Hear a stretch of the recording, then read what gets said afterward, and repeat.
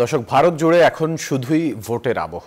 দেয়ালে দেয়ালে মিলছে হাত, পদ্ম, জোড়া ফুল, চেনা অচেনা নানা প্রতীক। তবে ভারতের নির্বাচন ব্যবস্থায় এসব প্রতীক প্রচলনের অনেক নিয়ম রয়েছে, আছে অজানা নানা গল্প। লোকসভা বিধানসভা নির্বাচন তো বটে, পঞ্চায়েত ভোটেও থাকে অনেক প্রতীক। স্বীকৃত দলগুলিকে বাদ দিলে একটি আসনে যতজন প্রার্থী থাকেন ততগুলি থাকে প্রতীক।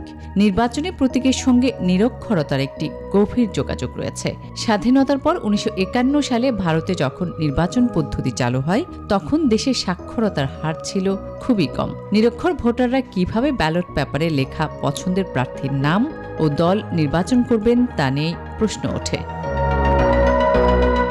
পরে অনেক ভেবেচিন্তে নির্বাচন কমিশন সাধারণ মানুষের অতি পরিচিত কিছু বস্তু বা চিহ্নের তালিকা প্রকাশ করে, যা দেখে সহজেই পছন্দের প্রার্থী বা দল নির্বাচন করা যায়। যেমন কোদাল, বেলচা, ফুল, গাছের পাতা কিংবা উদীয়মান সূর্য। বলা যায় এর পর থেকে নির্বাচন ব্যবস্থায় প্রতীক চালু হয় ভারতের। প্রতীক দিয়ে ভোটারদের পছন্দের প্রার্থীকে চেনানোর সিদ্ধান্ত হতেই রাজনৈতিক দলগুলি প্রতীক নিয়ে কাড়াকাড়ি শুরু করে। তারা বুঝতে পারে নির্বাচনে জেতার আসল চাবিকাঠি হলো এমন প্রতীক যা মানুষ দৈনন্দিন জীবনে চাক্ষুষ করে থাকে।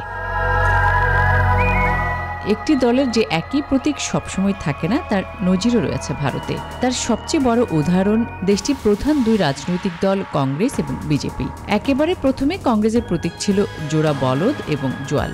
পরে কংগ্রেস ভাঙলে ইন্দিরা কংগ্রেসের প্রতীক হয় গাই বাছুর। 1977 সালের পর দেশটির স্থায়ী প্রতীক হয় হাত। আবার বর্তমান শাসক দল বিজেপি যখন জনসংঘ ছিল, তখন তাদের প্রতীক ছিল হাতওয়ালা প্রদীপ। এরপর 1977 সালে জনতা পার্টির মধ্যে মিশে যাওয়ার পর দলটির প্রতীক হয় লাঙল কাঁধে কৃষক। 1980 সালে ক্ষমতাসীন বিজেপির স্থায়ী প্রতীক হয় পদ্ম। আসমা তুলি, নিউজ 24।